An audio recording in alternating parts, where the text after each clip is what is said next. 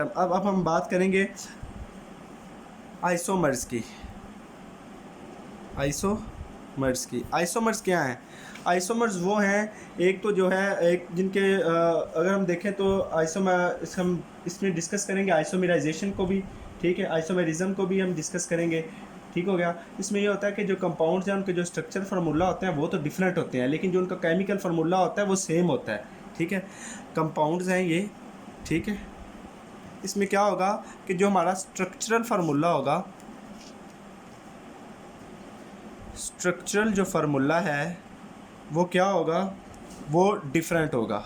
ठीक है, ये आपने ज़हन में रखना है, स्ट्रक्चरल फार्मूला डिफरेंट होगा लेकिन केमिकल जो फार्मूला है वो सेम होगा।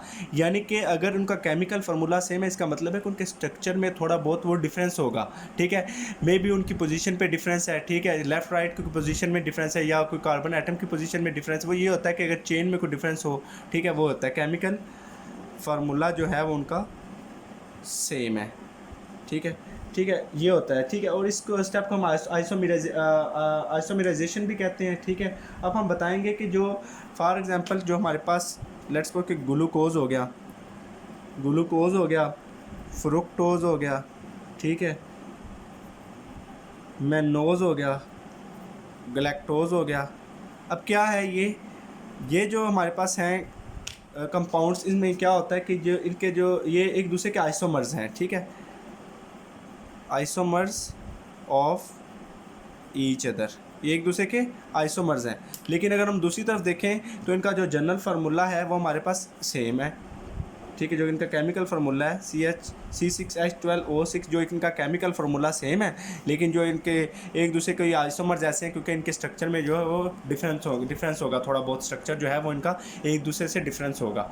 ठीक है, डिफरेंट होगा, यानी कि केमिकल फार्मूला सेम है, स्ट्रक्चर थोड़ा सा डिफरेंट होगा, दैट्स वाई एक दूसरे के आइसोमर्स हैं। इस टाइप को हम आइसोमराइजेशन भी कहते हैं। ठीक हो गया। अब हम बात करेंगे इसके बाद स्टीरियो आइसोमेरिज्म की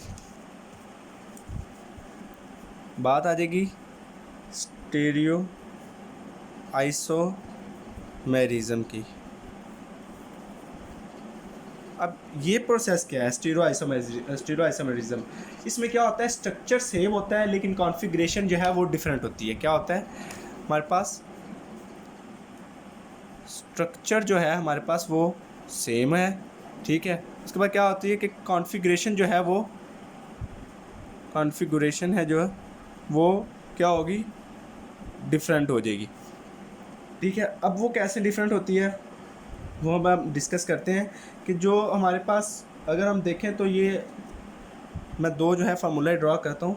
ठीक है, 6 कार्बन में 1 2 3 4 5 6, ठीक है, हमारे पास ऊपर कार्बोनाइल ग्रुप अटैच है।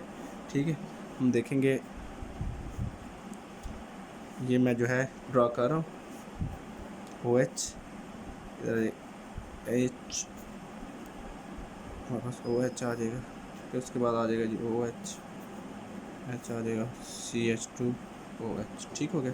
अगर हम दूसरी तरफ ये ड्रा करें 1 2 3 4 5 6, सेम उसी तरह ही कार्बोनाइल ग्रुप,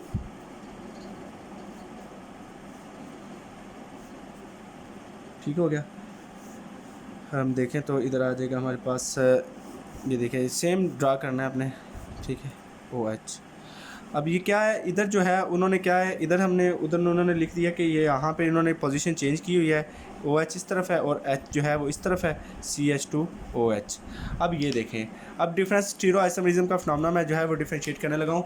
ये 1 2 3 4 5 6 कार्बन, 1 2 3 4 5 और 6।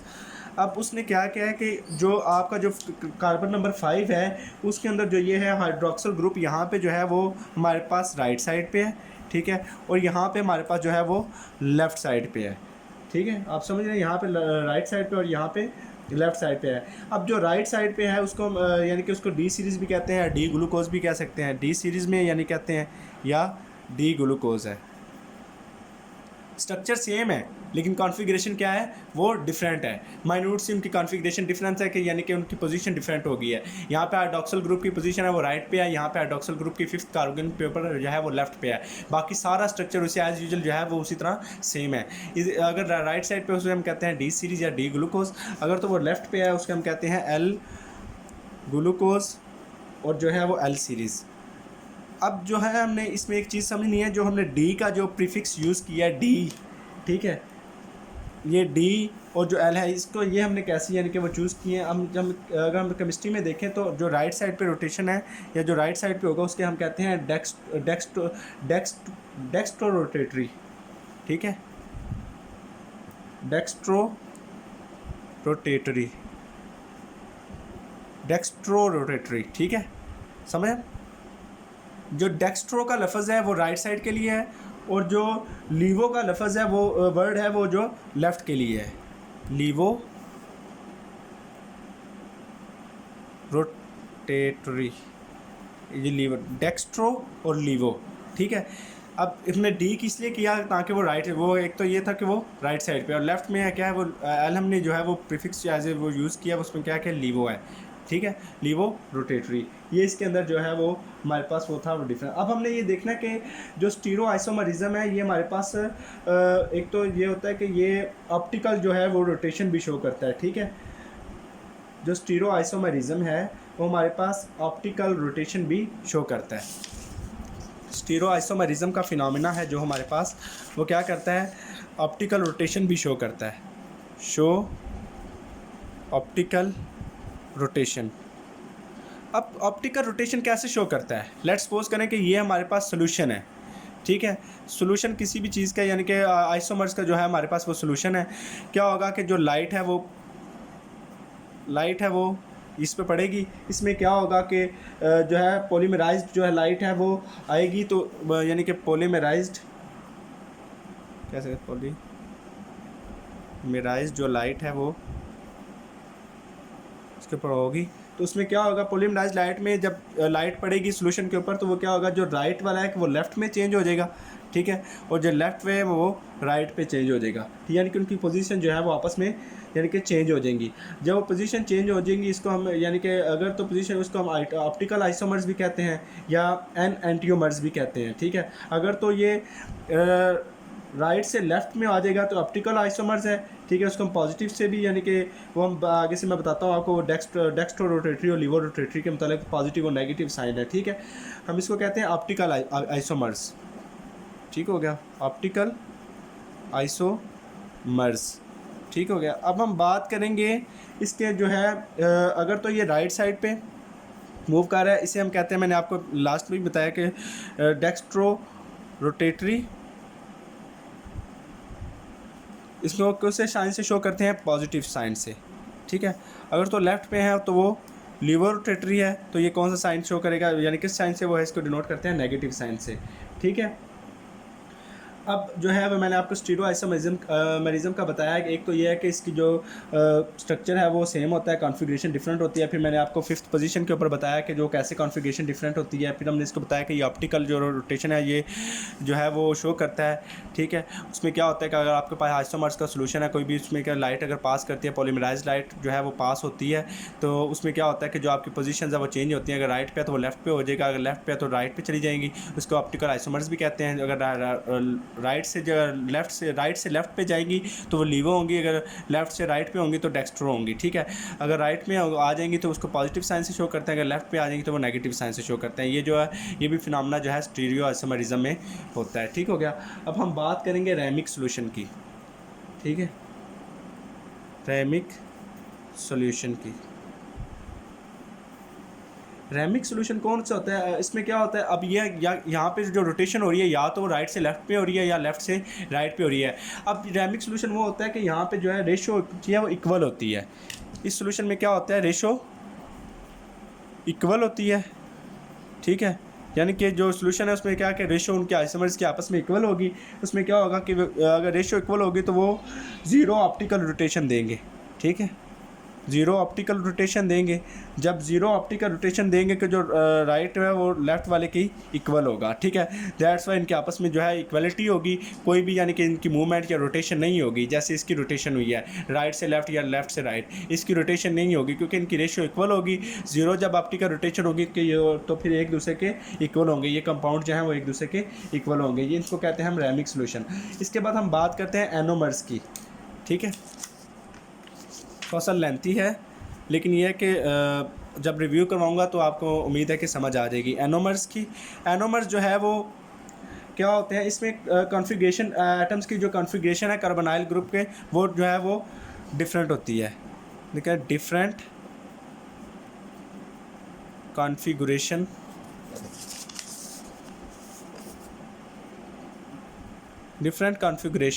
ठीक है, carbon atom different configuration of atoms, ठीक है। कार्बोनाइल ग्रुप के अंदर जो एटम्स की कॉन्फ़िगरेशन है वो डिफरेंट होगी ऑन कार्बोनाइल ग्रुप, ठीक है। इसके अंदर कॉन्फ़िगरेशन डिफरेंट होगी, different configuration of different configuration of atom on carbonyl group. अब कार्बोनाइल ग्रुप में जो है वो कॉन्फ़िगरेशन कैसे डिफरेंट होगी एटम की, उसमें ये होगा कि अगर ये कार्बोनाइल ग्रुप है हमारे पास, ठीक है, मैंने सिर्फ ये आगे ड्रा किया, आगे मैं इसको जो है वो ट्रू ड्रा नहीं कर रहा, सिर्फ समझाने के लिए ड्रा कर रहा हूँ कि ये होता है कि अगर ये तो राइट साइड पे होगा, राइट साइड पे अगर ये इसकी है तो इसको हम कहेंगे ये कौन से एनोमर्स हैं, ये होते हैं अल्फ़ा एनोमर्स, ठीक है। अगर तो ये लेफ़्ट साइड पे है तो इसको कहते हैं बीटा एनोमर्स, ठीक है। और यही प्रोसेस है जो हमें एनोमर्स है, और इसको ही हम एनोमर्स कहते हैं कि उसमें अंदर जो है कॉन्फ़िगरेशन डिफरेंट होती है कार्बोनाइल ग्रुप की, ठीक हो गया। कार्बोनाइल ग्रुप की कॉन्फ़िगरेशन जो है वो डिफरेंट होती है। डिफरेंट कैसे होती है मैंने बता दिया, अगर लेफ्ट साइड पे अगर राइट साइड पे उसके लेफ्ट साइड पे तो उसको बीटा एनोमर कहते हैं, राइट साइड पे उसका अल्फ़ा एनोमर कहते हैं। अब हम जो है एपीमर्स की बात करते हैं। एपीमर्स क्या होता है, ये मैं आपको शॉर्ट जो है वो रिव्यू दे रहा हूँ।